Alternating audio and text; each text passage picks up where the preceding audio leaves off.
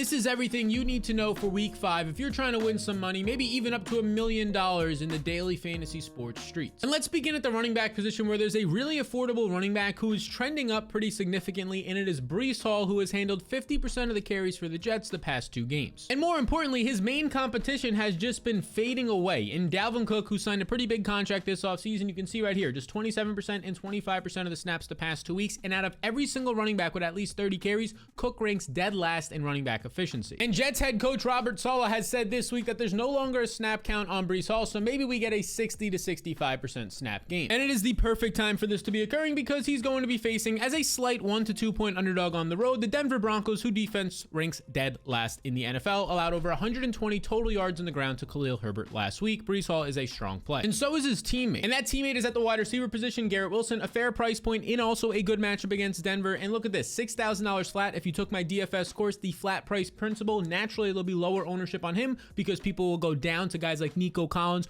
or Zay Flowers and think they're getting a discount. But Garrett Wilson has been solid. He's coming off of a 14 target game from Zach Wilson, and he's earning all of the usage. As you can see right here, he ranks 3rd in the NFL, earning 33% of his team's targets, and he's starting to see some cheat code usage. 5 deep targets and 6 red zone targets. That's 11 total cheat code targets through just 4 games. Now the issue is that only 64% of his targets, as you can see here on Player Profiler, are catchable, and that is the Zach Wilson effect. It ranks 83rd in the league. But the goal and the thinking here, the theory, is that versus this Denver Broncos bad defense, that should probably come up. Now let's stick at the wide receiver position and talk about the best overall value on the slate. Pretty clear cut and easy because he's the cheapest price amongst receivers, $3,000 flat for Wan'Dale Robinson, who returned in week 3 for the Giants on a limited basis, only 25% of the routes. Now, despite only running 25% of the routes, that's 9 total routes, he was actually targeted on 5 of those routes, over 50%. And heading into week 4, his usage increased in a massive way. He ran 63% of the routes in week 4. He was the number 2 wide receiver on the team in terms of usage, only behind Darius Slayton, and in this game he ends up seeing 6 targets. So if you're keeping track at home, that's now 11 targets on just 41 routes. He knows how to earn targets. He was doing this in college at a high rate, and he's doing it now in the NFL. And this week he's an 11-point underdog against the Dolphins' bottom 10 secondary, so expect the Giants to throw a lot, meaning a lot of usage for Wan'Dale. Let's stick in the cheaper wide receiver realm, and you're going to see here a $4,500 Tyler Boyd, who's going to benefit because T. Higgins is dealing with an injury. And Higgins, according to Jeff Mueller, a doctor on Twitter, is expected to miss definitely this game and potentially a couple weeks after this with a fractured rib. Maybe 2 to 4 weeks is what Jeff Mueller is saying. Now, once Higgins left the game last week in week 4, it was Boyd who earned over 30% of the targets from Joe Burrow. And now in 3 career games with Joe Burrow as his quarterback and no T. Higgins, Tyler Boyd averages 13.9 fantasy points on 7.3 targets per game. And just as a reminder, as a wide receiver 2 in his career, if you scroll back to when there was no Jamar Chase, you can see here 11.5 fantasy points per game. Scroll back even further when there was no T. Higgins, 13.9,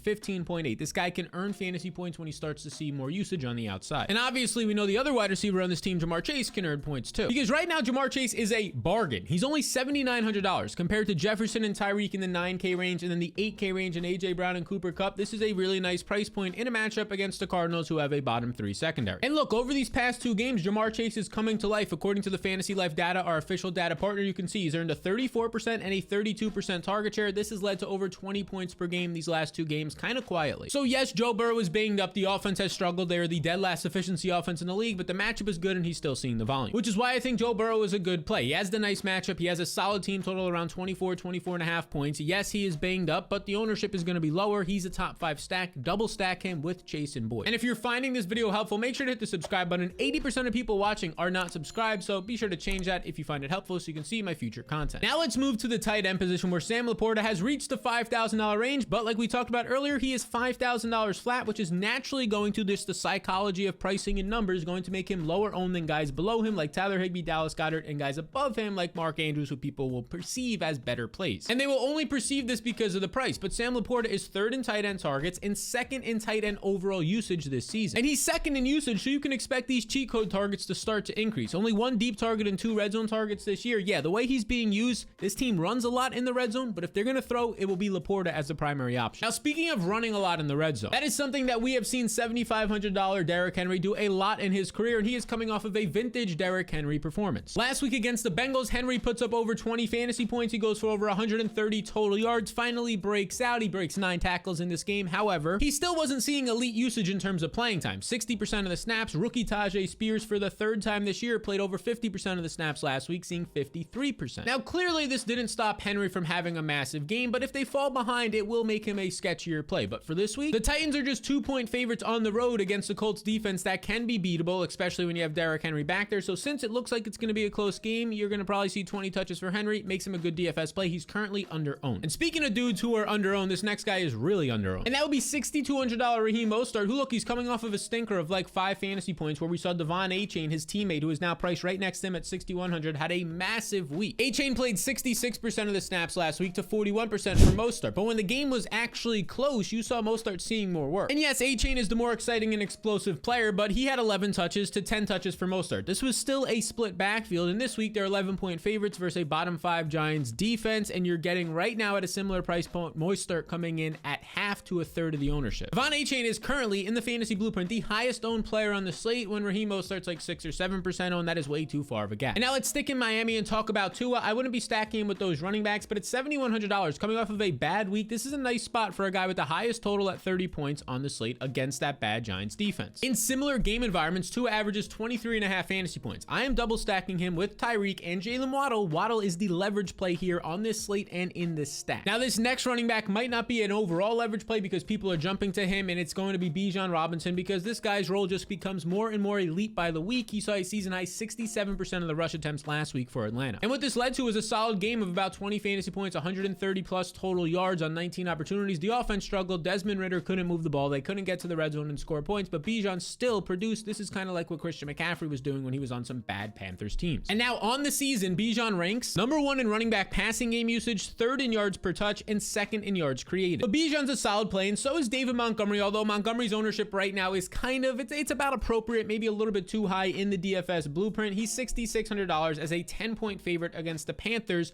29th ranked run defense. And so far this season, through just 10 quarters of play that he's been healthy, Montgomery has seen 75% of the Lions running back snaps. He saw 70% or more in their pass game, and what does that lead to? Well, the massive game on Thursday Night Football that we all saw in prime time against the Packers, 34 total touches and a 3-touchdown performance. Look, this is exactly what the Lions want to do. They want to run Montgomery 20 plus times behind their top 5 offensive line, and they should be able to this week as 10-point favorites. Now, we talked about some cheaper wide receivers earlier, Wan'Dale being the #1 value. We talked about Tyler Boyd. Another guy in here who's not going to have any ownership, probably 1% or less, is at least worth mentioning, $3,800 Devontae Parker. He is not a sexy option by any means, but he continues to run 95% of the routes and earn about 5 targets per week. This is like your Millie Maker type of leverage play. I know it's not sexy, so let's get to a name who's maybe a tad bit sexier. And this guy was a very hot commodity about a month ago for season-long fantasy football before an injury, maybe a month and a half ago, and that's Jerry Jeudy, who's $6,300 this week. His price point is somewhat high, so it's keeping his ownership lower, but he's seeing solid usage off the injury. As you can see right here, since he's returned in 3 games, he's ran 82% of the routes and earned 20% of the targets, which actually leads this team. And he actually has a better role than Courtland Sutton because Judy's being targeted on average 15 yards downfield, close to double what Sutton's being targeted, which leads to more upside. So based on his price point and a matchup against the Jets secondary, he's coming in lower owned. He makes for a solid leverage play. Now, another solid play is going to be Kirk Cousins, who is in the quarterback dream matchup spot. He's $6,900. He comes in as a slight underdog, but in the best game environment of the week against the Kansas City Chiefs. The Vikings still have a 24-point team total. Historically, this is the best spot for quarterbacks because it implies a lot of points, and it implies that the Vikings are going to throw to keep up in this game. And this plays right into Minnesota's strength as they rank #1 in pass rate this year. In similar spots in his career, Kirk Cousins averages 24.8 fantasy points and 309 passing yards. Outside of the obvious Justin Jefferson, another nice stacking piece is TJ Hawkinson at $6,500, kind of in no man's land. Nobody's priced within $1,000 of him or so at the tight end position, and he currently leads all tight ends with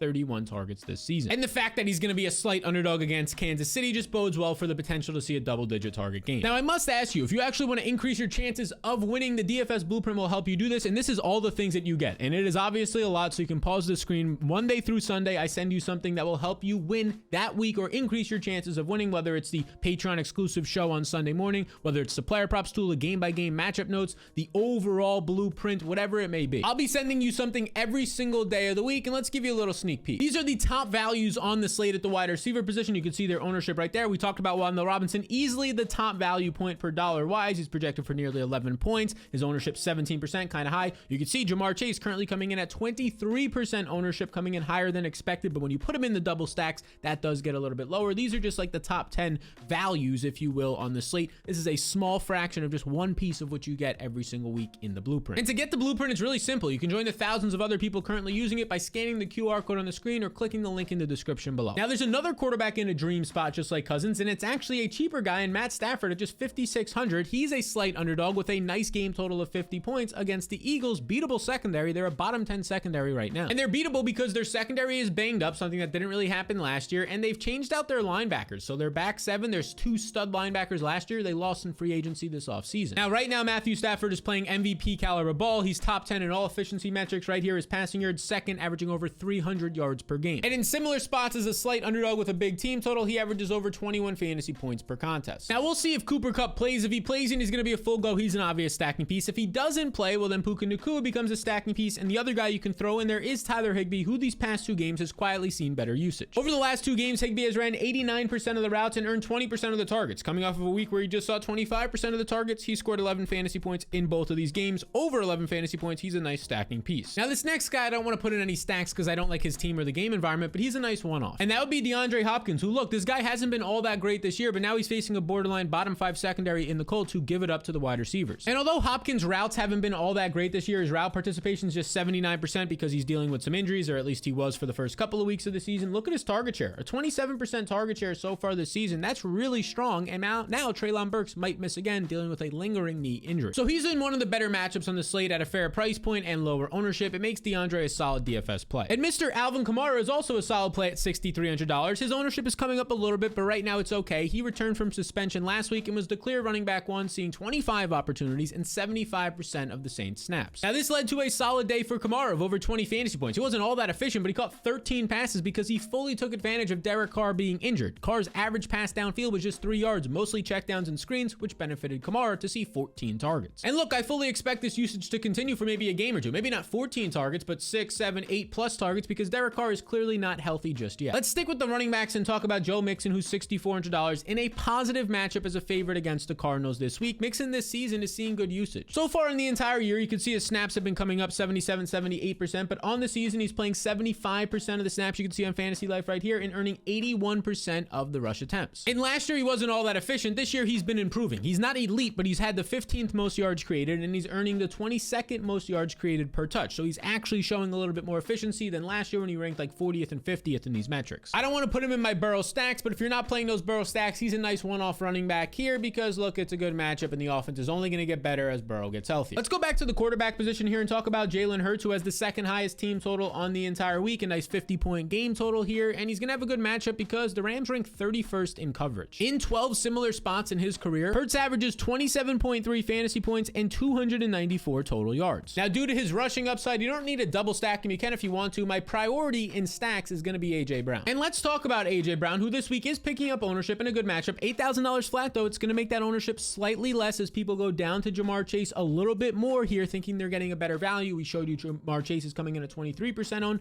A.J. Brown would be my priority piece in stacks because after a slow-ish start to the season relative for A.J. Brown's upside, he looks great. He's 2nd in target share amongst all receivers, earning nearly 36% of the Eagles' targets. And these past 2 weeks, he's been an absolute stud. Look at this, earning 38% and 39% of the Eagles' targets. He is basically getting the first read targets all the time from Jalen Hurts. I do still think Devonta Smith's a fine stacking piece, and you could also throw a cheaper Dallas Goedert in there if you wanted to. Goddard has now fallen to $4,200, and I get the reason why because he's not producing, but he has earned, or he has ran the 4th most routes in the league amongst tight ends. It's only a matter of time until this starts to pay off a little bit more. But again, the priority there is A.J. Brown in single stacks. Now, one player who's due for a bounce back is Michael Pittman at $6,400 against a great matchup, a top 10 matchup you can have against the Titans secondary who allow you to pass the ball to the middle of the field where Pittman makes a lot of his money. Now, last week he only had 1 catch because Anthony Richardson was just throwing downfield nonstop. He only had 11 total completions in the game, and the average depth of target was over 15 yards for Richardson, triple what he saw in the first couple of games. Pittman's average target distance was over 20 yards in week 4. The average before that for his first 3 games was just 5 yards. I expect the Colts to go back to the easier stuff for Anthony Richardson because it clearly didn't work out last week for him trying to target guys downfield the entire game when they were playing from behind. Despite the poor usage last week, Pittman is still top 10 in wide receiver usage on the season, but he's not being priced or owned like that for week 5. Now, here's the interesting thing. Travis Kelce has relatively struggled so far this season, and now he's $7,600, but despite this, he's still coming in as by far the highest owned tight end on the slate. And maybe it's because even though he's struggling relative to his upside, he's still the best tight end in fantasy, earning 31% targets per route. So every time he runs a route, 31% of the time he's getting a target, and he is 2nd in fantasy points in his 3 games. So this is what you need to know if you want to win in the week 5 slate on DFS. this now. If you want to dive even deeper and see all the ownership tools, my podcast that goes out Sunday morning only to Patreon members talking about my ownership, leverage, the best way to attack the slate, scan the QR code on the screen or click the link in the description below to join the thousands of members in the DFS Blueprint. And if you made it this far and you're one of the 80% of people who are not yet subscribed, take 2 seconds to hit the subscribe button so you can see my future content.